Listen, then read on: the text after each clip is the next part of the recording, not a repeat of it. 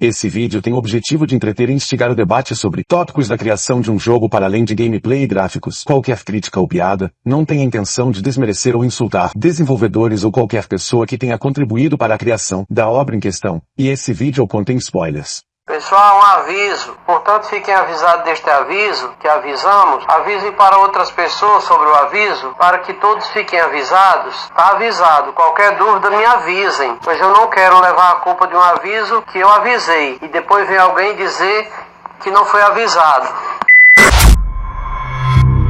Remedy, eu sempre espero jogos de explodir cabeça vindos desse estúdio. Desculpa! Todos os jogos parecem interligados entre si, é tipo o multiverso da loucura da Remedy. E isso é bom, isso te instiga a buscar interligações, teorizar, é gostosinho. E essa aqui é a Jessie Faden, nossa feiticeira escarlate, a nossa Jean Grey 2.0. Começamos o jogo com ela entrando no prédio da FBC, uma agência especializada em controlar, ou eliminar, ações paranormais. Eu já vi isso em algum lugar. Ela está aí para procurar por seu irmão desaparecido Dylan Faden.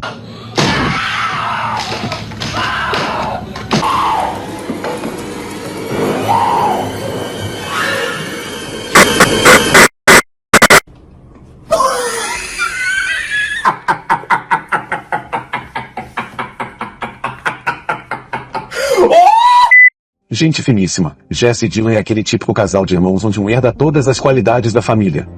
E o outro simplesmente existe. Brincadeira, o cara demonstra ter tanto potencial quanto a Jessie, mas o game só diz isso, ele não necessariamente mostra de fato, como faz com a Jessie. ¿Y el chico? Dylan Faden, el candidato número 6. Y su hermana también. Sí, la encontramos, pero el chico es tan brillante. Las lecturas están al nivel de Northmore. Y no es que quiera mentar su nombre. Es completamente distinto. Es increíble. Hubo un incidente. Sí.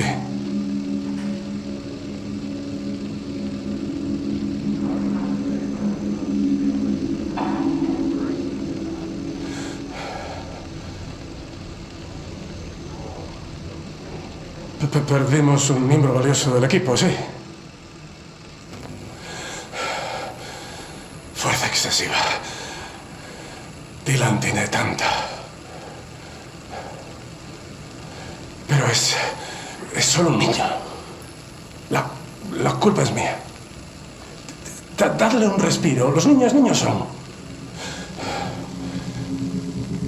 Es excepcional y tiene mucha presión. Roberts ha muerto. Es un trágico accidente, nada más. Marshall tiene que entenderlo. Lo haremos funcionar. Funcionará. Depois de um incidente em sua cidade natal envolvendo um retroprojetor possuído, Jessie ganhou uma amiga imaginária chamada Polaris, que veio com vários bônus. Já o Dylan ganhou esquizofrenia e uma passagem só de ida para a detenção. Como já mencionado, a FBC consegue capturar Dylan. Jessie com a ajuda de Polaris escapa, entretanto posteriormente é possível ver que a agência sempre esteve vigiando a garota. E poderiam ter capturado ela quando quisessem, talvez por perceber que ela não representava perigo decidiram só observar de longe. Convenientemente Jessie chega ao prédio da FBC, que é tipo a sala precisa do Harry Potter. O prédio está ali mas parece que não está. Ela chega justamente no momento em que o bicho está pegando, onde uma ameaça desconhecida tomou a maioria das pessoas do prédio, e o diretor da FBC pediu demissão da vida. 1h30 da madrugada já do domingo. Plantão policial registra aqui no Jardim Veneza. Nossa equipe com exclusividade. Primeira equipe a chegar aqui no local. Nem a polícia, nem o SAMU chegou ainda. E tá ali, ó. A vítima agonizando ao solo. Crivada de bala, gente. Nesse ponto Jessie toma o cargo de diretora da agência que vigiou ela boa parte da vida. Aí você me pergunta, Corujão, como ela foi aceita nesse cargo? Passou por um concurso público, entrevista de emprego, teste psicológico? Não, ela dominou o 38. Não esse. Esse aqui. Jessie parece ter tido empregos de serviços gerais que demandam pouca especialização técnica. Entretanto, ela parece ter muita intimidade com armas de fogo, o que é no mínimo curioso, levando em conta que temos militares na vida real que não sabem nem destravar uma arma.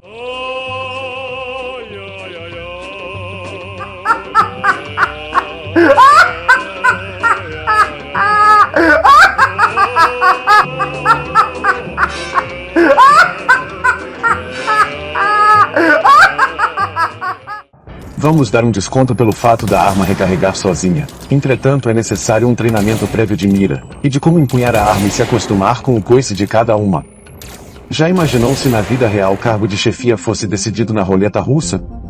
Bom, em Control é quase isso que acontece. A arma decide se o sujeito está apto ou não para o cargo. Se o Brasil tivesse uma dessas, não teríamos metade dos presidentes que conhecemos. E ainda existe a probabilidade da arma cancelar o CPF do testado. É só vantagem. Ai, desculpa, faz tipo uns 500 anos e esse é seu grande momento, eu tô estragando tudo, foi mal. Quando Jesse assume a diretoria, todos os quadros da agência com o antigo diretor mudam para a foto de Jesse. É tipo Hogwarts com os quadros animados, com a diferença que na agência tudo quer te matar. Beleza, não foi um exemplo muito bom. Em Hogwarts tem muita coisa que também pode matar. Sim, eu estou usando exemplos demais de Harry Potter, mas não é proposital. Mentiroso! Eu não sou mentiroso, eu conto causos! O ruído. Quando você ver esse vermelho vivo no jogo... Isso significa perigo! Ouviram bem? Perigo! É a representação visual do ruído, o ruído saído do projetor. É essa entidade que age como uma consciência coletiva manipulando todos os que ele corrompe, otimizando as suas habilidades para lutarem por ele. Dylan parece ter se tornado seu receptáculo principal por vontade própria. Por alguma razão, Jesse não parece ser afetada pelo ruído. Que passe. No dejes que pase. No dejes que pase. No dejes que pase. Lo has parado. Gracias. Era horrible. Todas as pessoas que ainda estão bem, utilizam um colete que as protege da corrupção dessa entidade. Infelizmente não foi possível fazer coletes para todos. Funcionários comuns flutuando de olhos fechados, recitando algo em coro, e quando digo comuns, são aqueles que não têm nenhuma habilidade paranormal ou sabem manejar armas de fogo. A teoria é que eles estão ali apenas para propagar o ruído, funcionando como pontos de internet sem fio.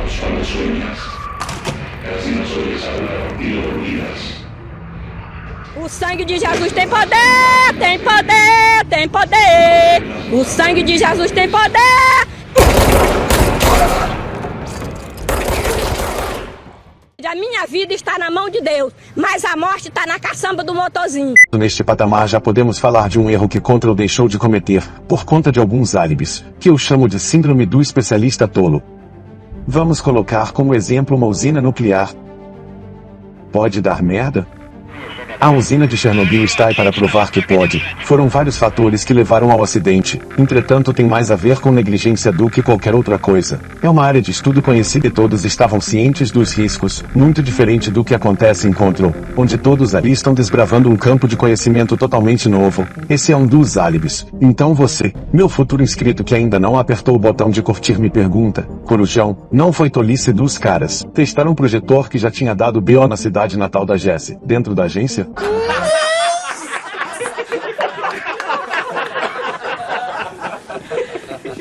Mais ou menos! Mais ou menos, mais ou menos! Mais ou menos. Bom, aí entra outro álibi. Não existe lugar melhor para fazer isso do que na agência. Ali é o limiar entre o mundo físico e seja lá o que é outro mundo. Se pararmos para analisar, quando Jesse entra na FBC não tem ninguém flutuando no lado de fora. Ou seja, o resto do mundo não foi afetado, a anomalia está presa na agência, e se a equipe de pesquisa não fizer o seu trabalho com os objetos que eles têm, como vão se preparar para as anomalias que surgirem fora das paredes da FBC? E não vamos esquecer que os especialistas da FBC agiram rápido o suficiente para identificar o problema. Estudar uma forma de proteção e produção dessa forma de proteção, que são os coletes já mencionados. A pesar de lo que se dice, los Ares no son para controlar. No seguimos los movimientos, ni escuchamos las conversaciones de los portadores. Podríamos hacerlo sin que llevéis puesto un Are. Son como un salvavidas. Pero en vez de agua, de lo que os tiene que salvar es bueno, confidencial. Un día el hecho confidencial que no Osawa puede llegar y... te alegrarás de tener un área que te mantenga a flote. Si aún no tienes un área, no temas. Es rápido e indoloro. Es broma. Es broma. Haremos mais.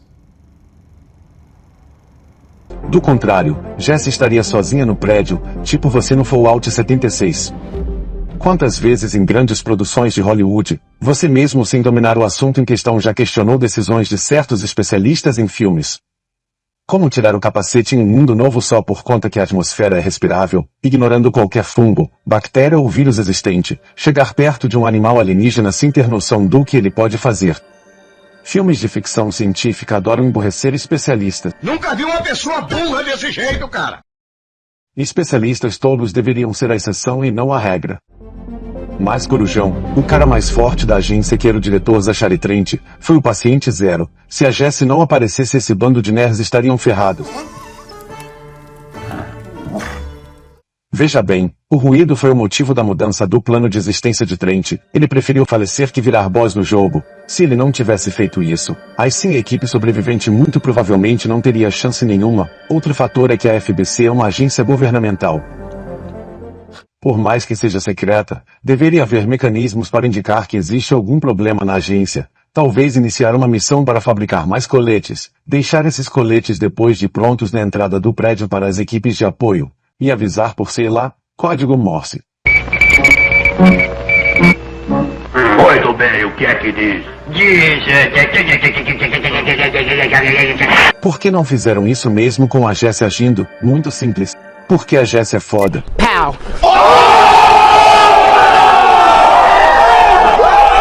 E se eles estão conseguindo resolver o problema sem interferência externa? Melhor ainda, nenhum governo gosta de uma agência secreta que não consegue ser totalmente secreta. Olha a pedra! O Conselho. Basicamente são... Os alienígenas! Não é um conceito novo. Quem manda realmente na agência é o Conselho. Eles parecem preocupados em conter o avanço de seja lá o que for tentando atravessar a fronteira. O motivo dessa preocupação não se sabe ao certo, mas como diz o ditado... O inimigo do meu inimigo é meu amigo. Eu não tenho amigos. Tenho família. A Jessie é basicamente o avatar da vontade deles. Na DLC, a Fundação, Jessie mostra sinais de desobediência.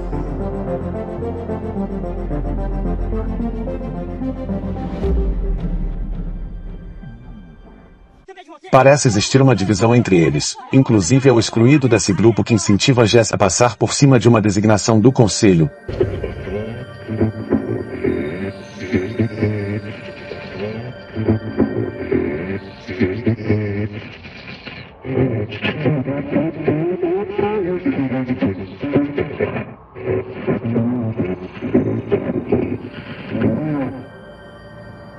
A ver, ¿qué coño está pasando? Espera, ¿estoy aquí otra vez?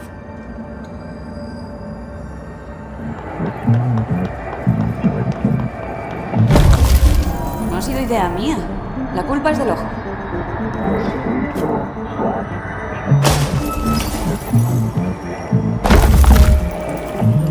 ¿Anterior? Sí, hemos tenido algún que otro encontronazo. Pero me da algo que vosotros me estáis negando.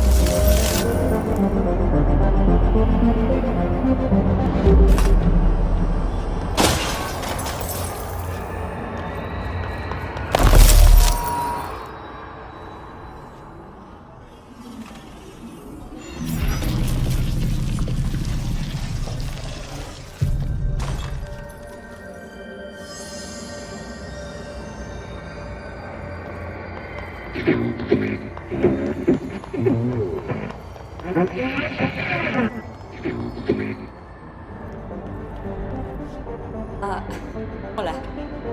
Ha sido un detalle que me dieseis lo que me negaba el consejo. ¿Qué ganas tú con ello? Entonces, me tengo que creer que solo eres un... lo que seas. ¿Súper altruista?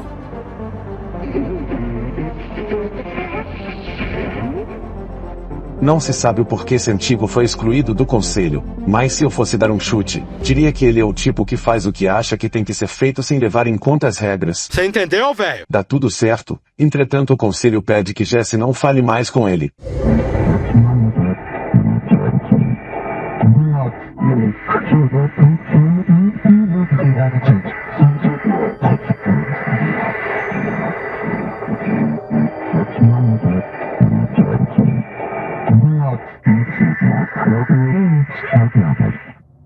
Não se junte com essa gentalha.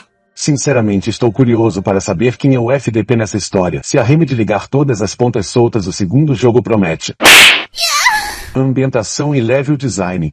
Não dá pra dizer que Control é um jogo fácil. Por mais que a Jessie fique muito forte no decorrer do jogo, ela não vai suportar mais de 2 hits de um inimigo mais poderoso. E os inimigos desse jogo não são tão bobinhos como em alguns jogos atuais. Eles têm uma movimentação muito boa também. Se a Jessie for pega desprevenida, piscou uma... Morreu! Entretanto, o que eu mais ouvi em termos de reclamação sobre o jogo foi no level design, classificando como confuso às vezes. Confesso que eu também tive problemas, mas foi desatenção da minha parte, ou não ter algo necessário para abrir alguma porta. Entretanto, confesso que é frustrante ficar rodando no mapa só para tentar descobrir uma entrada ou forma de entrar em uma porta fechada, que você nem faz ideia se está ali, enfrentando hordas de inimigos no processo, pois eles voltam depois de um tempo. A sorte é que a munição é infinita. Isso não tem muito a ver, mas é algo importante de pontuar para vocês não ficarem achando que eu puxo o saco do jogo. Aham, sei. Eu acreditava que os acontecimentos da lore do jogo se desenrolavam em uma janela de tempo aproximada, entre os anos 1990 e no máximo 2012. Já que temos tocadores de fita, máquinas de escrever e TVs de tubo coloridas, inclusive esta última mostrando coisas perturbadoras. Ainda bem que a natureza, contra a vontade da humanidade, criou esse monstro chamado coronavírus, porque esse monstro está permitindo que os cegos enxerguem, que os cegos começam a enxergar, que apenas o Estado é capaz de dar solução. Eu queria entender por que uma agência governamental secreta que estuda fenômenos sobrenaturais dessa magnitude, trabalha com equipamento analógico, e mesmo assim parece tão atual, visto o caimento das roupas e penteados dos personagens apresentados até o momento. Para agilizar o trabalho, fiz a besteira de ir ao chat GPT perguntar algumas datas. Vou colocar as 2 últimas mensagens. Você está correto. Jesse nasceu em 1984, e portanto teria apenas 4 anos em 1988. O primeiro incidente com o projetor realmente ocorre quando Jesse é criança, e isso faz parte de sua infância. Embora ela estivesse presente, suas memórias desse evento podem ser fragmentadas, o que é uma parte importante da narrativa do jogo. Obrigado por apontar isso. Mentira! Os arquivos de Control costumam criar mais perguntas do que respostas. Entretanto, em um único arquivo achei todas sobre a afirmação em questão. Não só a data está errada, como consequentemente o cálculo. Jesse se lembra até bem demais dos acontecimentos na sua cidade, pois faz um relato deles em uma sessão de terapia. Inclusive, esses são os arquivos mais interessantes que eu li, pois contam sobre a perspectiva dos irmãos sobre todo o acontecido em Ordinary, sua cidade natal. Se o segundo incidente com o projetor acontece em 1994, e Jesse entra na agência em 2019, quer dizer que os funcionários estão há 25 anos enfrentando o ruído? Exatamente. No jogo Control, entre o segundo incidente com o projetor em 1994 e a entrada de Jesse na agência FBC em 2019, os funcionários da agência enfrentaram o ruído e suas consequências por cerca de 25 anos. Isso é parte do contexto que torna a situação na agência tão crítica quando Jesse finalmente chega. A longa duração desse enfrentamento contribui para a atmosfera de tensão e mistério que permeia a narrativa do jogo.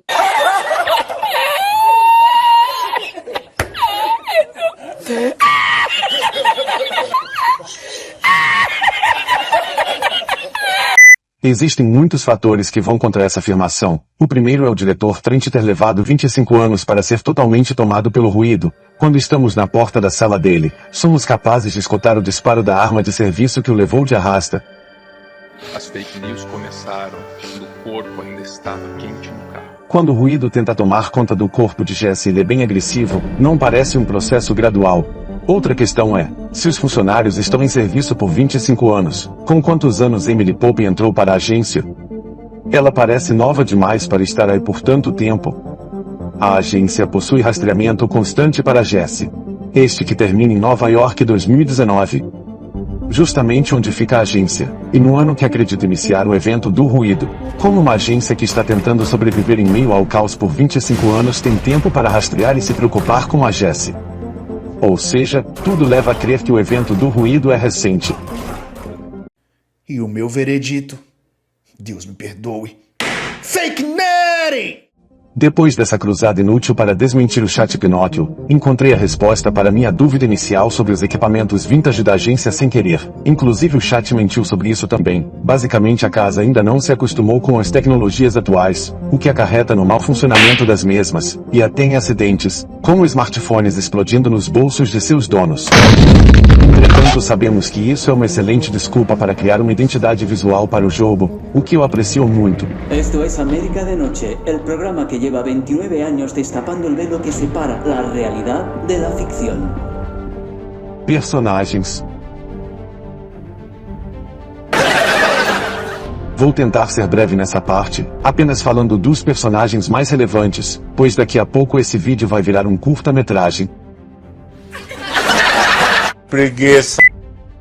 Vamos começar com Emily Pope. Ela ocupa o cargo de pesquisadora especialista, substituiu o Dr. Darling depois do seu sumiço. Basicamente ela dá início em algumas missões e te informa de algumas questões básicas da lore do jogo, sem que você tenha que ir ler nos arquivos. É muito gentil e educada, sempre esboçando um sorriso. É assustadoramente calma levando em conta o inferno em que a agência se encontra. Zacharia Trent, antecessor de Jesse à frente da diretoria, agente exemplar que assumiu pela pressão do momento a arma de serviço e obviamente passando no teste, ao que parece mudou muito depois de assumir o cargo e dar ouvido ao conselho, perdeu esposa e filha em um outro incidente em que ele foi descuidado, a agência se tornou tudo o que ele tinha. Ellen Marshall, braço direito de Trent, ele mesmo dizia que não tinha reservas com ela, então era de plena confiança. Passou pela gestão de Northmore, Trent, e o início da gestão da Jesse. Achei que por ela ser um personagem que vivenciou boa parte da história da agência teria um papel importante na continuação. Entretanto virou camisa de saudade na DLC A Fundação. Esse velho. Over here, stranger. É a mesma vibe. Com a diferença que o Ati não te vende nada, entretanto esse coroa é rodeado de mistério. Primeiro o fato dele andar por todo lugar sem um colete, segundo o fato dele fazer isso sem estar em posse de nenhum meio de defesa, e terceiro o fato dele dizer que você tem que substituí-lo nos afazeres de limpeza para que ele possa tirar férias. E sim, ele realmente tira férias. Se ele é um para-utilitário ele é inexplicável, pois nem o Trent conseguiu resistir ao ruído, e a Jesse só faz isso por causa da Polaris. Eu poderia dizer que é um dos vários efeitos do Alchemy que ele carrega. Entretanto a forma como ele entrega esse objeto de poder para Jesse conseguir passar pelo labirinto, denuncia o quão anormal esse velho é.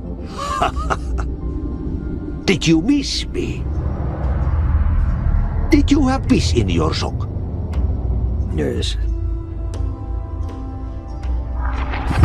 No. Bark don't make a wound. You did good. Take my cassette player. You can borrow it. The song is a present from my friends to you. It will get you through the maze so you can do your job. A gente deveria ter visto para onde o mestre dos magos foi. Hã? Ele já foi? Ah, que ótimo. Ele começa a dizer como fomos para casa e depois pronto. Nada de mestre dos magos.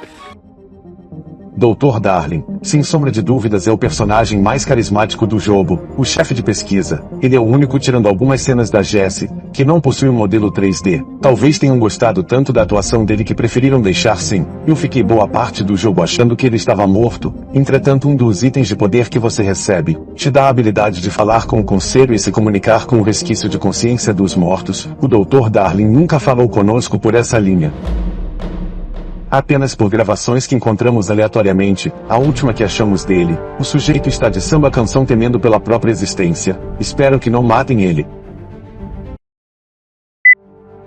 Até que provem o contrário, o Dylan enlouqueceu. É difícil dizer se isso foi efeito colateral de tudo que ele passou em sua cidade natal até o presente momento, ou se é culpa do ruído. Ele mesmo diz que é difícil distinguir sonho de realidade. Não faz muita lógica o departamento tratar mal um sujeito que estaria cotado para se tornar diretor. Eu pensei que pelo menos um bom vilão o Dylan daria. Entretanto, enfrentamos no final do jogo base o ruído, e não necessariamente o Dylan. Eu achei que realmente cairíamos no braço com o Lex Luthor da Chopper. Infelizmente não foi o que aconteceu. Depois de derrotarmos o ruído, Dylan entra em coma e fica deitado em berço esplêndido. Talvez estejam guardando ele para o segundo jogo. Curtam a jornada, pois o final do jogo base é bruxante. E por fim, Jesse Faden. O que falar da Jessie? Moça bonita. Moça bem feita. Moça formosa. Por mais que eu tenha gostado do jogo e a Jessie seja uma ruiva em uma jaqueta de couro, não tem como não gostar de uma ruiva em uma jaqueta de couro. Infelizmente não é uma personagem que carrega o jogo nas costas. É o tipo de personagem que precisa de uma escada, alguém que levante a bola para ela cortar. Tínhamos isso no Arquivo X, por exemplo. Na minha opinião, Jessie precisa de um Foxmunder para chamar de seu, não alguém que estivesse junto dela na ação. Mas que fosse provocativo a ponto de fazer ela soltar mais coisas sobre a própria personalidade, fazendo ela crescer como personagem. Pode ser que a Remedy faça algo assim no próximo jogo, ou simplesmente siga a tendência atual que são mulheres fortes que não precisam de absolutamente ninguém. As minhas considerações finais. Control é um jogo que absolutamente merece ser jogado, tem suas falhas, entretanto são plenamente toleráveis. Algo que eu realmente aprecio são as pontas soltas que podem ser aparadas ou alongadas no próximo jogo, dando um sentido para uma continuação. O combate, a movimentação e a responsividade dos inimigos também são um ponto muito positivo. Control 2 pode ser excelente se a Remedy estiver focada em fazer arte, e não em agradar uma parcela específica de público. Se você chegou até aqui, muito obrigado, é a minha primeira edição, então por favor tenham paciência comigo, e se gostaram, conto com a sua inscrição para acompanhar os próximos vídeos. Até mais tarde, minha gente.